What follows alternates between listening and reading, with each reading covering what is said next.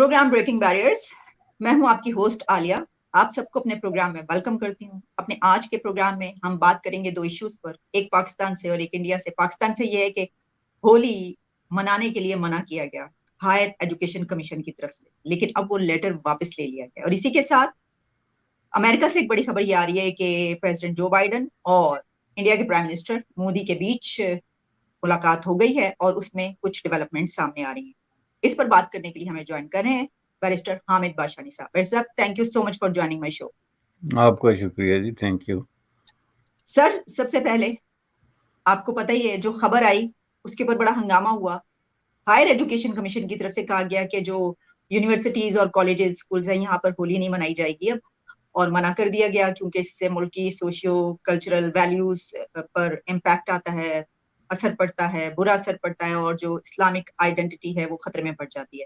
پھر اس کے بعد اب آج یہ فیصلہ ہوا کیونکہ سندھ گورنمنٹ کی طرف سے بھی اس پر آبجیکشن آیا. انہوں نے کہا کہ یہ کیا کیا گیا، صحیح نہیں ہے. تو پھر اب انہوں نے لیٹر واپس لے لیا ہے.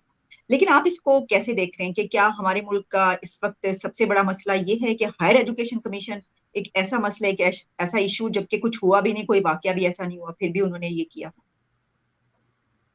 دیکھیں جی، یہ مسئلہ نہیں ہے، یہ روگ ہے. روگ جس کو کہتے ہیں یہ، اور بہت ہی پرانا قسم کا روگ ہے. گزشتہ 70 سال سے مختلف شکلوں میں یہ ابھر ابھر کے سامنے آ رہا ہے، اور کہیں نہ کہیں ایسا کوئی واقعہ ہو جاتا ہے اس موقع پہ جو ریئل مینٹالٹی بٹھائی ہوئی ہے آپ نے اپنے ملک کے کلیدی عہدوں پہ، ان کو ایکسپوز کرتی ہے. اگر آپ یہ غور سے دیکھیں تو بنیادی طور پہ یہ جو اسلامک آئیڈیالوجی کا انہوں نے جھنڈا اٹھایا ہوا ہے، بیسیکلی ان کو تاریخ میں کم از کم 10 ایسے مواقع ملے ہیں جس پہ وہ ثابت کر سکیں کہ اسلامک آئیڈیالوجی ہے کیا، اور وہ پاکستان کے لوگوں سے کیا توقع رکھتے ہیں کہ وہ کیا کریں جس کی وجہ سے ان کے ذہن میں جو ایک تصوراتی قسم کی آئیڈیالوجی کا قلعہ بنا ہوا ہے اس کو مضبوط کیا جا سکے. اور ہر دفعہ وہ فیل ہوئے.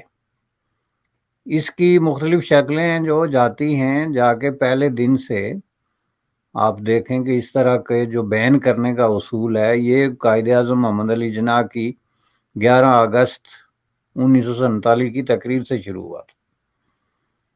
اور یہ میں نے پہلے کئی بار ذکر کیا اور ہر بار اس کا ذکر کیا جانا چاہیے کہ اس میں ان کا تھیم ہی یہی تھا کہ آج کے بعد یہ ملک جو ہے آزاد ہے، اس میں ہندو مسلمان جو بھی کوئی جو ہے سکھ عیسائی جتنے مذاہب کے لوگ ہیں وہ آزاد ہیں آج کے بعد اپنے مذاہب کے مطابق عمل کرنے کے لیے as a citizen of Pakistan. تو یہ جو سٹیٹمنٹ تھی اس کو اسی وقت جن لوگوں نے بلاک کرنے کی کوشش کی تھی وہ ظاہر ہے ابھی پاکستان بننے کے عمل میں تھا. میں 11 اگست کی بات کر رہا ہوں، لیکن چونکہ پارلیمنٹ کا اجلاس تھا ٹو بیکم پاکستان کا، تو اس لیے ایک سرکاری آرڈیننس ہی آپ اس کو سمجھیں. تو اس میں جو اس وقت کے ڈان کے ایڈیٹر تھے وہ جو ہے الطاف حسین نام تھا ان کا، جن کا آج کل کے الطاف حسین سے کوئی تعلق نہیں. تو ان کو جو ہے باقاعدہ حکم دیا گیا کہ آپ یہ قائد اعظم کی جو تقریر ہے یہ نہ چھاپیں. اب یہ حکم کس کو دیا گیا؟ ڈان کے ایڈیٹر کو. ڈان کس کا تھا؟ قائد اعظم محمد علی جناح کا، جو انہوں نے اپنے پرائیویٹ فنڈ سے قائم کیا. پرائیویٹ اخبار تھا جیسے جنگ ہے، نوائے وقت ہے، وغیرہ وغیرہ. تو اس کو انہوں نے کہا کہ آپ اس کو نہیں چھاپ سکتے. اس نے کہا کیوں نہیں چھاپ سکتے؟ اور کہا کس نے؟ وزارت اطلاعات کے ایک سیکریٹری نے ان کو فون کیا. تو اب وہ تو بندہ بڑا حیران ہوا کہ ایک طرف قائد اعظم کی تقریر ہے، دوسری طرف میں اس کا ایڈیٹر ہوں اس کے اخبار کا، اور تیسری طرف سے یہ کوئی ڈیپیوٹی یا سیکریٹری کہاں سے آ گیا بھائی کہتا ہے کہ یہ نہیں چھاپ سکتے. اور اس کی وجہ یہ ہے کہ اس سے کنفیوژن پھیلتا ہے، دو قومی نظریے پہ حرف آتا ہے. اب اس کی تشریح اس نے ظاہر ہے اس میں نہیں چھاپی ڈان کے اس ایڈیشن میں جس میں یہ خبر آئی تھی، لیکن بعد میں جو لوگوں نے تشریح کی، جس کو آپ کہتے ہیں نا کہ دماغ کی چولیں ہلا دینے والی تشریح، جس کا سارا تعلق آپ کے سارے کلچرل جو ہے وہ ٹریڈیشنز کے ساتھ بنتا ہے، اور ان چیزوں کے ساتھ بنتا ہے جس کو فائنلی جس نے جا کے تو آپ لوگوں کو کلچرلی ہاسٹیج بنا کے رکھ دی. انہوں نے اس کی تشریح یہ کی کہ بھائی قائد اعظم محمد علی جناح جو ہے وہ ایٹ لیسٹ جو ہے 5 سال سے یہ کہہ رہے ہیں. پہلے ان کے بیانات میں چلیں ٹھیک ہے اوپر نیچے بھی ہوتے تھے, وہ فرق بھی پڑتا تھا, کبھی ایک بیان دے دیا پھر اس کے متبادل دوسرا دے دیا, لیکن 3-4 سال سے وہ تسلسل سے یہ کہہ رہے ہیں کہ پاکستان بن رہا ہے. اور پاکستان ہم اس لیے بنا رہے ہیں کہ ہمارے اور ہندوؤں کے درمیان بہت بڑا فرق ہے, ہم اکٹھے نہیں رہ سکتے جی, سمپلی اسپیکنگ. یہی تو دلیل تھی نا, کہ اور کیا دلیل تھی کہ ان کے ہیرو اور ہمارے ہیرو, اور ان کے ولن اور ہمارے ولن اور ہیں, اور یہ ہیں اور وہ ہیں وغیرہ وغیرہ. یہی تھا. قائد اعظم نے خود اپنے منہ سے نہ کہا ہو, لیکن قائد اعظم کو آگے رکھ کے اور ان کی تصویر آگے رکھ کے تو یہ باتیں پورے بر صغیر میں پھیلا کے تو فرقہ واریت اور ہندو مسلم دشمنی جو ہے اس کا ایک زبردست قسم کا طوفان کھڑا کیا گیا, جس کا نتیجہ جا کے تو فائنلی کلکتہ جو رائٹس ہوئے یا دوسرے جو ہے بر صغیر میں مختلف گلیوں محلوں میں خون خرابہ ہوا, پاپولیشن ڈسپلیس ہوئی, اس کی شکل میں نکلا. لیکن وہ آرگیومنٹ کیا تھا کہ ہم اکٹھے کیوں نہیں رہ سکتے. یہ ایک بڑا ایسا آرگومنٹ تھا جس کو دنیا کا کوئی لائر یہ ثابت نہیں کر سکتا تھا کہ جو کام جو ہے وہ کم از کم جو ہے ویسے تو 5000 سال سے, لیکن مذاہب بدلنے کے بعد بھی ہزاروں سالوں سے اکٹھے رہ رہے ہیں ایک ہی نیبرہڈ میں, وہ اکٹھے کیوں نہیں رہ سکتے. ایسا کیا ہو گیا درمیان میں؟ So there was no argument to beat that argument کہ ایسا کیا ہو گیا آخر کہ اگر آپ 5000 سال سے اکٹھے رہ رہے ہیں تو اچانک راتوں رات ایسی کیا آفت آن پڑی, اور کہاں سے آپ کو وہی اتری, یا کہاں سے آپ کو کسی نے حکم دیا کہ آپ اکٹھے نہیں رہ سکتے. لیکن یہ قائد اعظم نے کہا, انہوں نے کہا ٹھیک کہا, اور انہوں نے بڑی کامیابی سے کوئی 20-25% جو ہے ہندو جو تھے, جو مختلف چھوٹی موٹی پارٹیوں کو ریپرزینٹ کرتے تھے بنگال میں, ان کو بھی راضی کر لیا کہ ہم رہیں گے جی یہیں پہ. اس طرح کچھ کراچی میں دوسرے مذاہب کے لوگ تھے جن میں کہ بڑے بڑے ہندو سرمایہ دار اور سیٹھ تھے, ان کو بھی راضی کر لیا. تو اس میں ساتھ میں انہوں نے راضی کیسے کیا کہ جب یہ لوگ اپنا سامان اٹھا کے بھاگنا شروع ہوئے تو قائد اعظم نے کہا نہیں نہیں نہیں, آج کے بعد یہ آزاد ملک ہے, آج کے بعد اس میں ہندو مسلمان کا تو کوئی چکر ہی نہیں ہے, اس میں تو سب ایکول ہوں گے, آپ اپنے گردواروں میں جائیں, مندروں میں جائیں. یہ کس نے کہا آپ کو as a citizen of Pakistan? تو جب یہ آرگومنٹ لے آئے تو لوگوں نے کہا بھی وہ پہلے والے آرگومنٹ کا کیا ہوا. اس لیے انہوں نے ڈان کو خط لکھا کہ جناب آپ یہ خبر نہ چھاپیں چونکہ اس سے کنفیوژن پھیلتا ہے اور دو قومی نظریے پہ حرف پڑتا ہے. لیکن آپ کا کیا مطلب ہے کہ وزارت اطلاعات میں کون اتنا بڑا پاکستانی بیٹھا ہوا تھا جو قائد اعظم سے بھی بڑا پاکستان تھا یا آئیڈیالوگ تھا, جس نے یہ طے کر لیا. اس کے دماغ کے اندر ایک فطور تھا نا, جو اس نے اپنے جمع خرچ اور حساب کتاب کے ذریعے بنا کے تو اس کو پاکستان کا قانون بنا دیا. وہ قانون آج ریفلیکٹ ہوا, یہ آپ کی جو ہائر ایجوکیشن ہے کہ اس میں بندے وہی بیٹھے ہوئے, بندے کے چہرے بدلتے ہیں, نام بدلتے ہیں, انہی میں سے کسی کا بیٹا پوتا, چونکہ پاکستان میں باہر سے تو کوئی کہیں ان ہو ہی نہیں سکتا نا, وہ تو ان تبھی ہوگا جب اس کا باپ دادا کہیں ان ہوا ہے, تو وہی کوئی بیٹھا ہوگا جس نے راتوں رات اس کو دیوالی پہ یا ہولی پہ یہ خواب آ گیا کہ یہ ہمارے دو قومی نظریے یا اسلامی نظریاتی جو ان کی ایک خیالات ہیں اس پہ ضرب پڑتی ہے ہولی بنانے سے. آپ مجھے یہ بتائیں کہ ہماری سے کیا مراد ہے؟ کیا پاکستان میں جو ہندو رہتے ہیں وہ لفظ ہمارا استعمال نہیں کر سکتے پاکستان کے بارے میں؟ ایک citizen single, it doesn't matter how many they are, but let me tell you, اگر صرف ایک ہندو بھی ہے اور وہ اٹھ کے کہتا ہے کہ یہ ہولی اور دیوالی نہ بنانے سے ہمارے عقائد, ہمارے نظریات, ہمارے خیالات, ہمارا کلچر اور ہمارا تاریخی ورثہ ہٹ ہوتا ہے, تو کیا وہ کہنے کا مجاز ہے یا نہیں ہے؟ اور اگر وہ مجاز ہے تو کیا پاکستان میں کوئی اسلام کے نام پہ یا کسی اور طریقے سے ایک کانسٹیٹیوشنل ارینجمنٹ کی موجودگی میں, کانسٹیٹیوشن جو آپ نے بنایا اس کو آپ نے زبردستی امپوز کیا, اس میں کسی ہندو سکھ عیسائی کو آپ نے کنسلٹ نہیں کیا. وہ ایک الگ سٹوری ہے جو میں اگر آپ کو بتاؤں کہ جب پہلا کانسٹیٹیوشن 1956 کا بنا یا بعد میں 60 کا جو بنا یا بعد میں 73 کا جو بنا, ان کو دیکھیں تو آپ نے کسی کو کنسلٹ نہیں کیا، وہ 4-4 6-6 آدمی بیٹھ کے اسی طرح اسلامی نظریاتی کونسل ٹائپ تو کانسٹیٹیوشن بنا کے لوگوں پہ تھوپتے رہے، لیکن اس میں بھی ان کو ماننا پڑا کہ بھائی یہ جو دوسرے لوگ ہیں ان کے حقوق ہیں، کوئی ہندو ہے، سکھ ہے، عیسائی ہے، تو as a citizen of Pakistan although کہ we discriminate that on top issues, مثلا وہ ملک کا صدر وزیر اعظم نہیں بن سکتے یا وغیرہ وغیرہ، لیکن ہولی دیوالی کی حد تک تو ان کو بھی انہوں نے مان لیا۔ اب یہ کون سا ریورس لگا ہوا ہے پاکستان میں کہ آگے 2023 میں 23 میں ایز وی اسپیک آپ کی ایک جو ہائر ایجوکیشن ہے وہ آ کے کہتی ہے یہ نہیں ہو سکتا۔ کیا مطلب؟ اس کا مطلب آپ حکم جاری کر دیں کہ آج کے بعد پاکستان میں کوئی جو ہے وہ سکھ، عیسائی، ہندو، کوئی بدھ یا کوئی اور عقیدے کا آدمی نہیں رہ سکتا، کیونکہ اس کا کوئی رائٹ ہی نہیں، جو اپنا مذہب بھی ایکسرسائز نہیں کر سکتا، اپنا کلچر جو ہے اس کو نہیں۔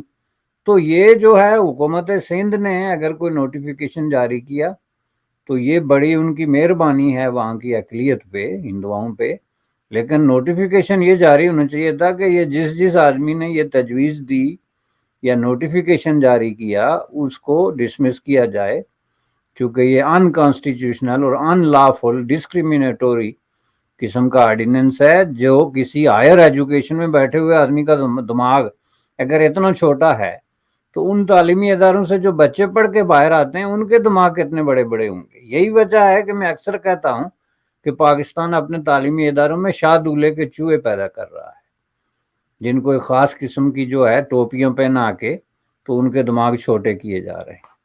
ٹھیک، اچھا سر، اس میں یہ بات بھی ہے کہ آپ یہ دیکھیے کہ اگر کیا یہ صرف ہولی پر اعتراض ہے یا دوسرے مذاہب کے تمام فیسٹیول پر اعتراض ہے؟ کیونکہ ہم یہ دیکھتے ہیں جو کرسمس ہوتا ہے اس کے لیے تو پورے ملک میں جو ہوٹلز ہوتے ہیں وہاں پر تو ٹری لگ رہے ہوتے ہیں، ساری اسی طریقے سے سجایا جا رہا ہوتا ہے، تو پھر تو یعنی اس کا مطلب یہ ہوا کہ کسی صرف ہولی پر یا ہندو تہواروں پر صرف اس مذہب سے آپ کو پرابلم ہے، لیکن اگر آپ کرسمس کوئی منا رہے ہو اس پہ آپ کو پرابلم نہیں ہے، آپ سمجھتے ہیں کہ سبھی سے پرابلم؟ دیکھیں جی، پہلی بات یہ ہے کہ قائد اعظم کی یہ سٹیٹمنٹ جو تھی کہ ہندوستان میں 2 قومیں آزاد ہیں، ساری آباد ہیں، ہندو اور مسلمان، کیا اس وقت یہ سٹیٹمنٹ درست تھی؟ کیا ہندوستان میں اس وقت کرسچن آباد نہیں تھے ایک سائزیبل؟ تو آپ چیزوں کو ذرا دیکھیں نا، کنٹیکسٹ میں رکھ کے دیکھیں۔ یہی چکر اب بھی چل رہا ہے، یہ جو ہندو فوبیا ہے پاکستان میں، یہ انٹائی انڈیا جو فیلنگ ہے، اور یہ انتہائی جو ہے کنفیوزڈ قسم کی جو آئیڈیالوجی ہے، یہ اس کا نتیجہ ہے کہ ہندو اسپیسیفک کوئی چیز ہے تو وہ نہیں ہو سکتی، ورنہ اگر بات آپ کی بالکل درست ہے کہ کرسچن ایک الگ ریگولر مذہب ہے، بلکہ زیادہ بڑا مذہب ہے، اگر یہ صرف انٹائی ریلیجس تصور نہیں ہے بلکہ یہ انٹائی ہندو اور انٹائی انڈیا تصور ہے۔ انٹائی ریلیجس تصور ہو تو یہ ان کے پھر توپیں جو ہیں وہ دوسرے ملکوں کے خلاف کیوں نہیں کھڑی ہوتی، جن سے جا کے پیسے مانگے جاتے ہیں، جن کے دروازوں پہ دستک اور سجدے تک کرنے سے گریز نہیں کیا جاتا، تو ان کی طرف بھی تو ریلیجن دیکھیں تو ڈیفرنس تو ہے نا۔ تو اس لیے بیسیکلی مسئلہ ریلیجن نہیں ہے، بلکہ مسئلہ انٹائی ہندو، انٹائی انڈیا ایک فوبیا ہے جس نے پاکستان کے انٹلیکچوئل کے دماغ مسمار کر کے رکھ دیے۔ ٹھیک، اچھا سر، اب نیکسٹ ٹاپک کی طرف بڑھتے ہیں۔ ملاقات ہو گئی جس کا بہت دنوں سے بہت چرچا تھا پریزیڈنٹ جو بائیڈن اور پرائم منسٹر نریندر مودی کے بیچ، اور بہت اس کی خبریں چل رہی ہیں۔ اس میں ایک تو ڈیولپمنٹ یہ سامنے آئی کہ جو امریکہ کے بزنس مین ہیں اور جو کارپوریٹ سیکٹر ہے وہ بہت خواہش مند ہے انڈیا کے پی ایم سے ملاقات کا۔ اس سے پہلے تو ہم دیکھتے ہیں مطلب سیاسی ملاقاتیں تو ہوتی ہیں اس کے خواہش مند، لیکن کارپوریٹ جیسے کہ آپ کو پتا ہے کہ ایلون مسک سے بھی ان کی ملاقات ہوئی، اور ایلون نے تو یہاں تک کہا ہے کہ میں تو فین ہوں مودی کا۔ لیکن اسی کے ساتھ ایک اور ڈیولپمنٹ یہ ہے کہ وہاں پہ جو H-1B ویزا، جو ورک پرمٹ اور امپلائمنٹ انڈیا کی، اس میں ایک بہت بڑا ایز دیا جا رہا ہے، آپ کہہ رہے ہیں اب وہ سامنے آئے گا کہ اس میں ایک بڑی اناؤنسمنٹ ہونے والی ہے، اور اس میں پریزیڈنٹ جو بائیڈن نے پی ایم مودی کا شکریہ ادا کیا ہے کہ آپ میرے ساتھ پریسر میں شامل ہو رہے ہیں جو کہ سب کے سامنے کی جائے گی۔ تو سر، آپ یہ جو سارا ایک ماحول بنا ہوا ہے وہاں پر، تو اس میں ایک بڑا ایلیمنٹ کہ وہاں کے کاروباری لوگ یہ کرنا چاہتے ہیں کہ جی ہمارا بزنس جو ہے وہ انڈیا میں شروع ہو۔ کیا آپ بھی ایسے ہی سمجھتے ہیں کہ بہت دلچسپی ہے خاص طور پر اس میں؟ دیکھیں جی، یہ جو کچھ انڈیا حاصل کرنے جا رہا ہے، یا جو انڈیا امریکہ ایک پارٹنرشپ ڈیولپ ہو رہی ہے، اس میں تو یہ محض ایک وہ جو ٹپ آف دی آئس برگ جس کو آپ کہتے ہیں وہ بھی نہیں ہے. This is nothing as compare to what they are hoping to achieve, اور وہ ان کے ہاتھ میں ہے. یہ ایک جدید پارٹنرشپ بن رہی ہے جس کو وہ دو بڑی ڈیموکریسیز کے درمیان ایک جو ہے پارٹنرشپ کہہ رہے ہیں، جس کی کہیں جیتے ہیں، کہیں پہلو ہیں، ڈائمنشنز ہیں، اور اس میں جو ہے وہ جیو اسٹریٹجک سے لے کے تو بزنس تک ہر چیز ہے. لیکن یہ ہے کہ انڈیا چونکہ اس وقت جو ہے وہ اکنامک جو سیکٹر ہے اس کو زیادہ توجہ دے رہا ہے، جو کہ کسی بھی زندہ ملک کو جس کی کوئی فیوچر کے بارے میں کوئی نقشہ ہے، کوئی ہوپس ہیں، اس میں یعنی آپ اڑن کھٹولہ کہہ سکتے ہیں اکنامک چھلانگ لگانے کا، جس پہ اس وقت انڈیا بیٹھا ہے. تو زیادہ کنسنٹریٹ اس پہ کر رہا ہے، اور یہ جو کچھ ان کی پالیسیوں کا نتیجہ ہے کہ امریکہ کی انویسٹر کلاس جو ہے وہ انڈیا کے ساتھ اتنا بڑا انٹرسٹ لے رہی ہے، اور یہ اس پالیسی کا نتیجہ ہے جس کے تحت انڈیا امریکہ اسٹریٹجک جو پارٹنرشپ ہوئی ہے. اس کی وجہ کیا ہے کہ ظاہر ہے امریکی جو ہیں ایک بڑے پیمانے پہ مجبور ہو گئے ہیں اور ہو جائیں گے کہ وہ چائنا سے اپنی انویسٹمنٹ پول لوڈ کریں گے، جو کہ ایک بہت بڑے پیمانے پہ موجود ہے اس وقت بھی. تو وہ انویسٹمنٹ کی نیکسٹ ڈیسٹینیشن کون سی ہے؟ یہ تو عام سی بات ہے نا کہ اس کو نیکسٹ ڈیسٹینیشن جو ہے وہ صرف انڈیا ہی بن سکتا ہے، جو اپنی افرادی قوت کے پوٹینشل اور انفراسٹرکچر کی وجہ سے. تو یہ بزنس کلاس کو نظر آ رہا ہے، یونٹی کو اسی طریقے سے جو ہے وہ بزنس کلاس جو ہے وہ فیل کرتی ہے اور پھر اس کو ایک اپنے انداز میں جو ہے اویل کرنے کی کوشش کرتی ہے. دوسری طرف حال یہ ہے کہ آپ نے کنسنٹریٹ کیا ہوا ہے کہ یہاں کوئی ہولی اور دیوالی نہ بنا جائے، کہ ایسا نہ ہو کہ وہ جو اسلام ہم نے جیب میں ڈال کے بیٹھے ہوئے وہ نکال کے کوئی نہ بھاگ جائے. آپ لوگوں کا یہ حال ہے ایک طرف. دوسری طرف آپ کی نظر اس بات پہ بھی ہے کہ مودی اور بائیڈن کے درمیان کیا باتیں، وہ تو اس دنیا کی باتیں ہیں، آپ اگلے جہاں کی باتیں کر رہے ہیں. آپ کا اس دنیا سے کوئی تعلق ہی نہیں ہے پریکٹیکلی، اور آپ جتنے آپ کے ایجنڈے ہیں ملک میں جو بحثیں ہو رہی ہیں وہ 400 سال پرانی ہیں. یہ بحثیں بہت پہلے کلوز ہو چکی تھی. آج بھی آپ کے سپریم کورٹ میں کیا ہو رہا ہے، پارلیمنٹ میں کیا ہو رہا ہے، یہ امریکہ میں آج بھی میرا ایک آرٹیکل پاکستانی اخبارات میں جس میں نے لکھا تھا کہ یہ تو 19ویں صدی کے شروع 18ویں صدی کے آخر میں غالباً 1830 میں ایک کیس آیا تھا امریکہ میں، ماربری بنام میڈیسن کے نام سے وہ کیس ہے، جس میں انہوں نے یہ اصول طے کیے تھے کہ جوڈیشل ریویو کیا ہوتا ہے، عدالتوں کو کیا اختیارات حاصل ہیں، وہ کن پارلیمنٹ کے فیصلوں کو ٹچ کر سکتے ہیں، کن کو نہیں کر سکتے. تو 1830، 1930، 2023 آپ دیکھیں 300 سال بعد آپ اس بات پہ رگڑا لگا کے بیٹھے ہوئے ہیں پارلیمنٹ میں اور سپریم کورٹ میں کہ سپریم کورٹ کے کیا اختیارات ہیں اور آپ کی پارلیمنٹ کے کیا اختیارات ہیں. آپ 300-500 سال بعد اس بحث میں پڑے ہوئے ہیں کہ بر صغیر میں کوئی ہولی بنا سکتا ہے نہیں. آپ نے پاکستان بنا لیا ایک پلاٹ کا نام، جو افغانستان اور انڈیا کے درمیان ایک پلاٹ کا نام ہے انور مقصود کی زبان میں، اس کا نام آپ نے پاکستان رکھ لیا. لیکن اس کا مطلب یہ نہیں کہ آپ اس کی ہسٹری، جیوگرافی، ہر چیز چینج کر دیں گے اور کہیں گے کہ یہاں کوئی دیوالی نہیں بنا سکتا. بھائی دیوالی اس خطے میں، یہ جو وادی سندھ کی تہذیب ہے، یہ جو ہڑپا اور منجو داڑو ہے، یہاں ہزاروں سالوں سے لوگ تو دیوالی بناتے رہے. یہ بحث نہیں کہ کتنے لوگ ہیں، وہ ایک ہیں یا 1000 ہیں.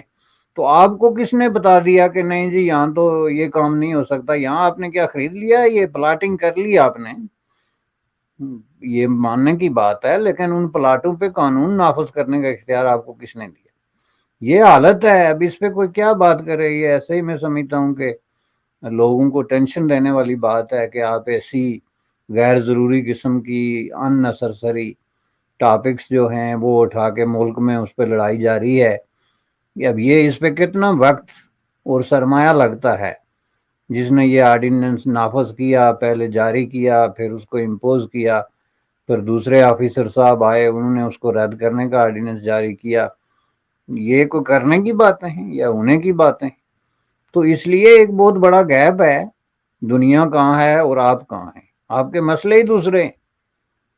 آئی ایم ایف کو دیکھ لیں، اور اس کو کس طریقے سے آپ جو ہپوکریسی کی اینڈ ہوتا ہے اس لیول پہ لے جا کے آپ اس کو ڈیل کر رہے ہیں. ایک ہاتھ سے آپ نے ان کے پاؤں پکڑے ہوئے ہیں اور دوسرے ہاتھ سے ان کو مکہ دکھا رہے ہیں. یہ حالت ہے آپ کی. تو آپ کہتے ہیں دنیا ہماری عزت نہیں کرتی. دنیا کے سامنے آپ بہت برے طریقے سے ایکسپوز ہو گئے ہیں. Nobody is going to pay you respect.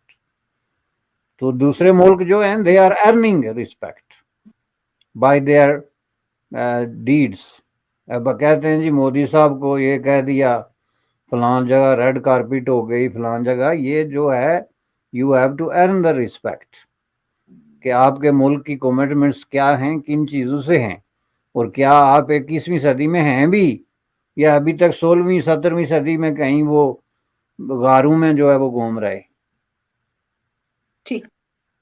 تو مرسی صاحب اس نوٹ پر آپ کا شکریہ بھی ادا کرنا چاہوں گی اور پروگرام کا اختتام بھی کرنا چاہوں گی کہ اے ٹی سی والے ان کو دیکھنا یہ چاہیے. اصل مسئلہ ان کا یہ ہے کہ جو ہولی منانے والا ان کا ہمسایہ ہے، وہاں کے نوجوان ڈگریاں پکڑ کر بیرون ملک جاتے ہیں اور وہاں پہ حکمرانی کرتے ہیں، اور ہمارے نوجوان خالی ہاتھ ڈگری کے بغیر غیر قانونی طریقے سے سمندر کے راستے وہاں پر جاتے ہیں ڈوبنے کے لیے. یہ وہ نہیں دیکھ رہے جو اصل میں ان کا ایشو ہے، اور وہ یہ بات کریں.